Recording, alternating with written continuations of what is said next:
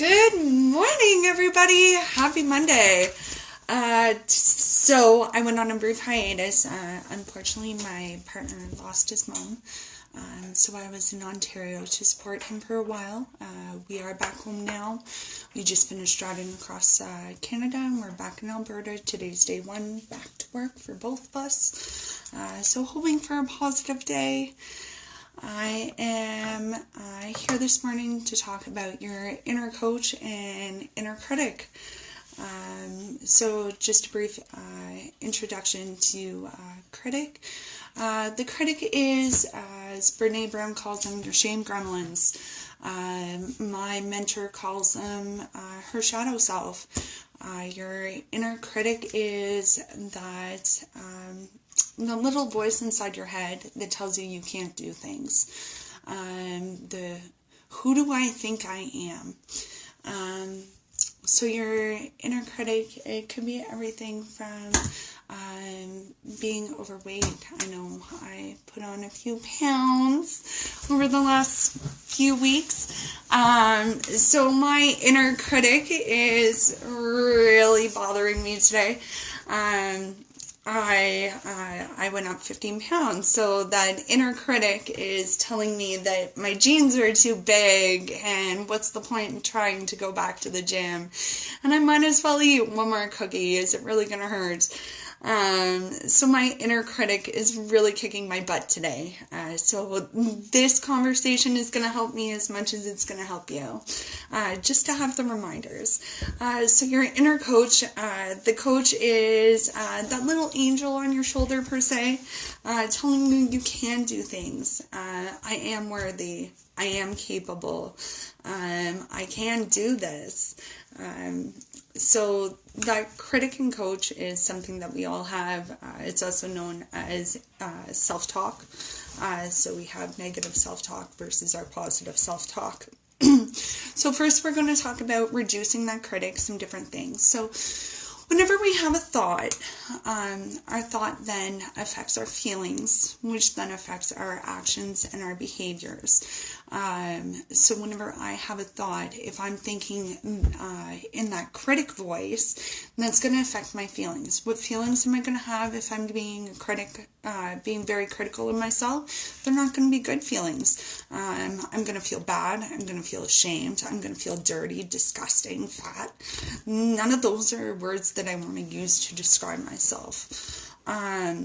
Whereas if we're using our inner coach, those thought, feelings, and actions are going to look a lot differently. So whenever we use our coach, they're going to give us good feelings. It's going to make us feel proud. It's going to make us feel accomplished, successful, good about ourselves.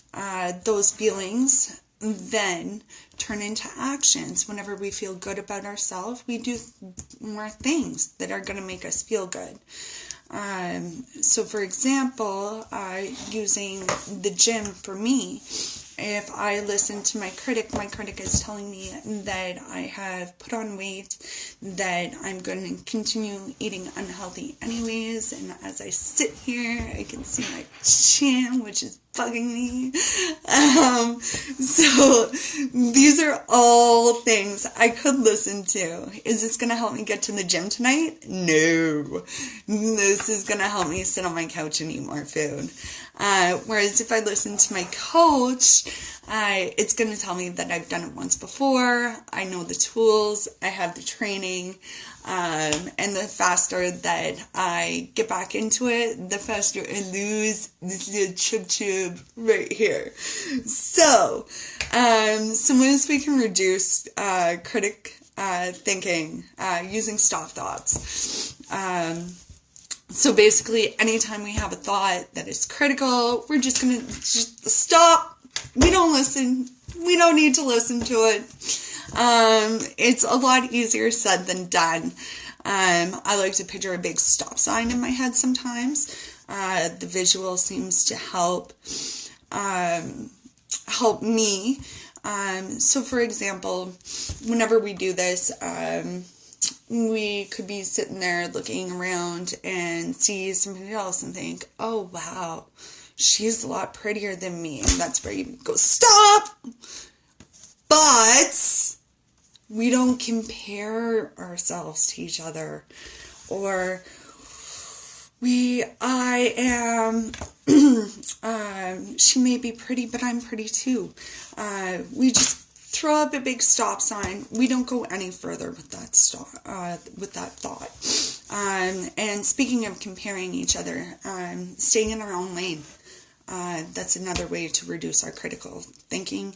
When we compare each other, we compare highlight reels. We go on Facebook and we see Instagram posts, we see Facebook posts, we see all this social media, and people don't post the nasty stuff on social media. People rarely post what's going to make them vulnerable. So, hey Candace, how's it going?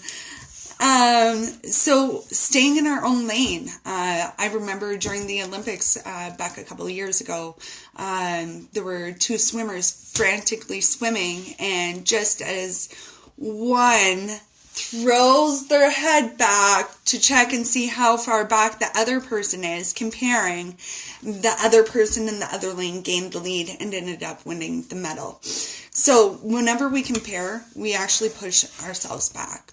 We don't want to compare to other people. We want to stay in our own lane and focus on our own goals. And then the other thing that can help reduce critical thinking is thought records.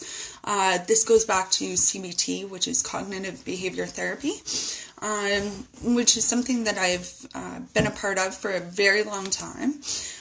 So in CBT, they use thought records. So basically you write down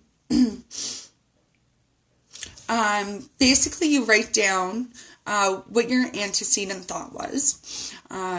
So let's say, I am not worthy.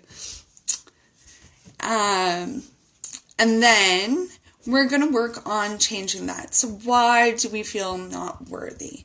So today I don't feel worthy because nobody answered me.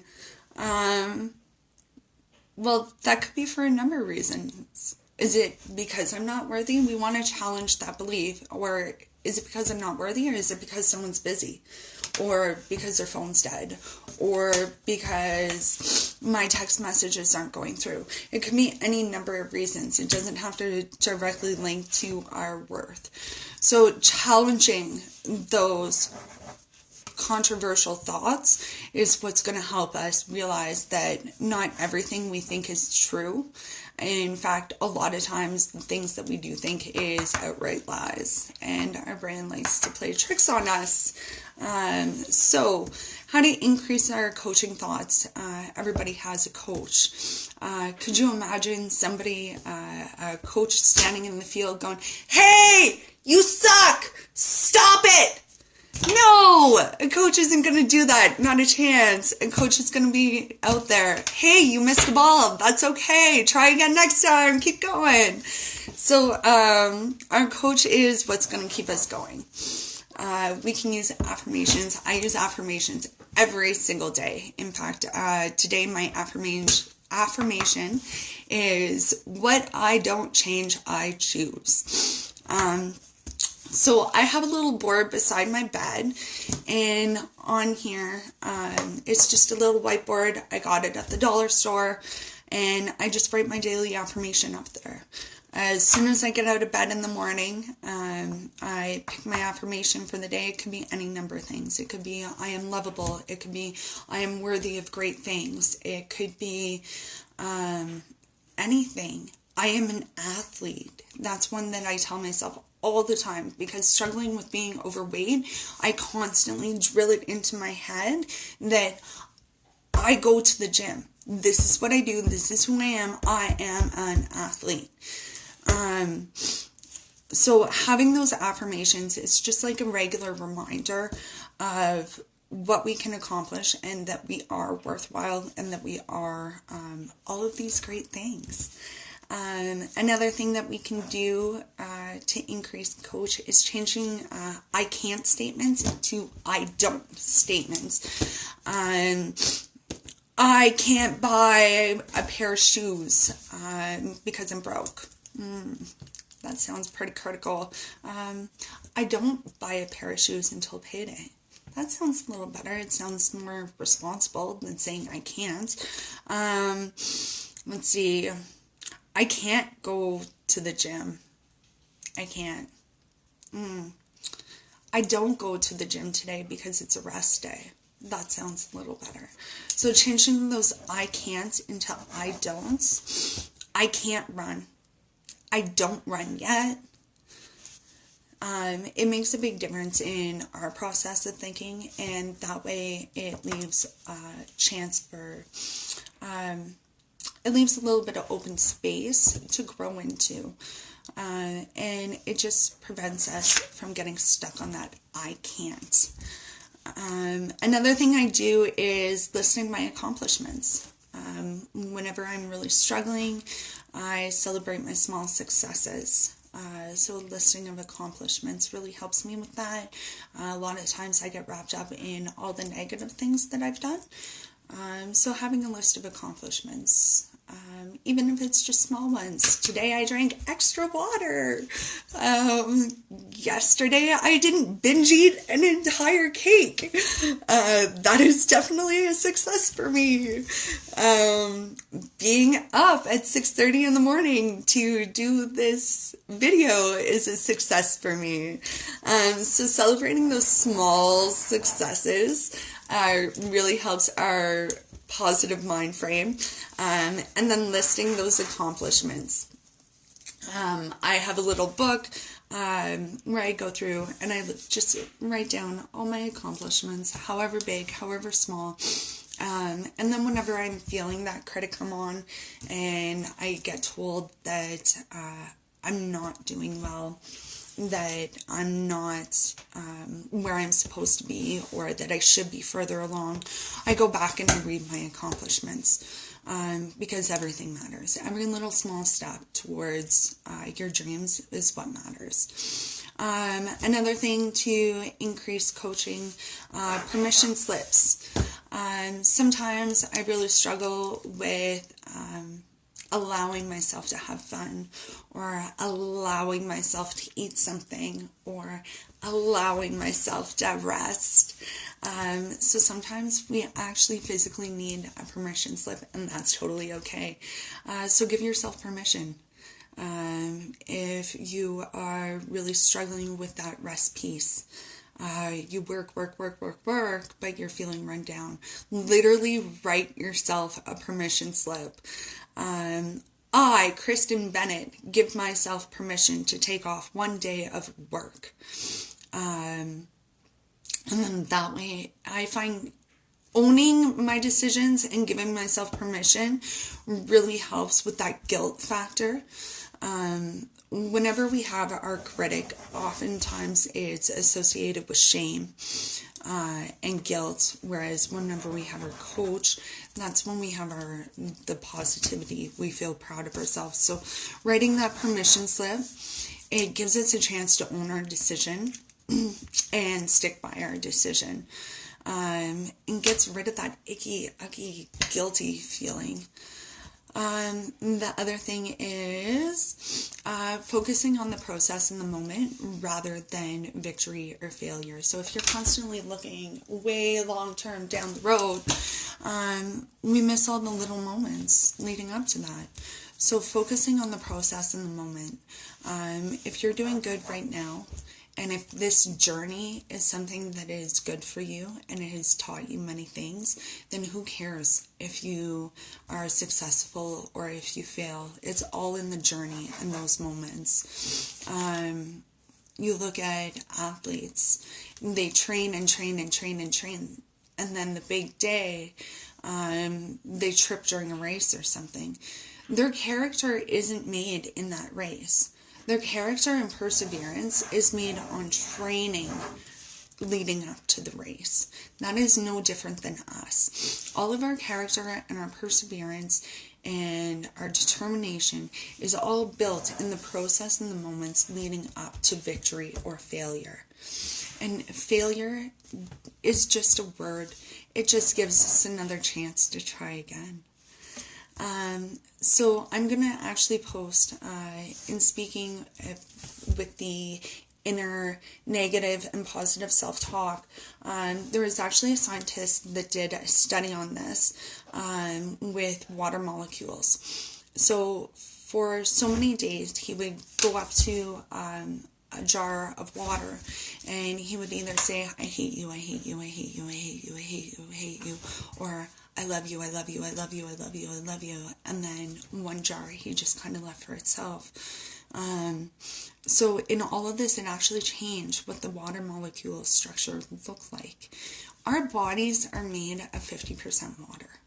So if we're constantly having that negative self-talk, what is that doing to the molecules in our body? Do you feel like crap? Because if you're feeling like crap, it could be because your mind's feeling like crap. So when we're doing this, every time we tell ourselves we love each other, every time we say we have those positive talking with ourselves, we actually physically change the molecules in our DNA, in our body. So I'm actually going to post a link to the YouTube video showing the water molecules, because it's so important when you actually are able to visually see the difference it makes by the way we just talk to each other. It's absolutely astounding. So I will post that below. The next video is going to be reparenting your inner child, and that is going to be on Wednesday, again in the morning. I will post an exact time as we get closer. And basically it's just about addressing our inner child's needs for connection, belonging, and love. A lot of times we don't necessarily get what we need whenever we're children. And it's through no fault of anybody else. It's just we didn't get what we needed to be healthy adults, and that's okay. So we all still have that inner child in us, and that inner child does need to be addressed. And when there's trauma that's compounded with that, it's even more important to address that inner child and to give that inner child the love, connection, and belonging that they need as well. So I'm looking forward to chatting about that. I thank everybody for joining me. I hope everybody has a fantastic Monday, and I'm still looking forward to the next video. Stay tuned to my page. I'm going to be posting some more links and get some more information to you guys just about different ways to reframe your mindset. So I hope you guys have a happy Monday. See you later. Female Empowerment Coach out.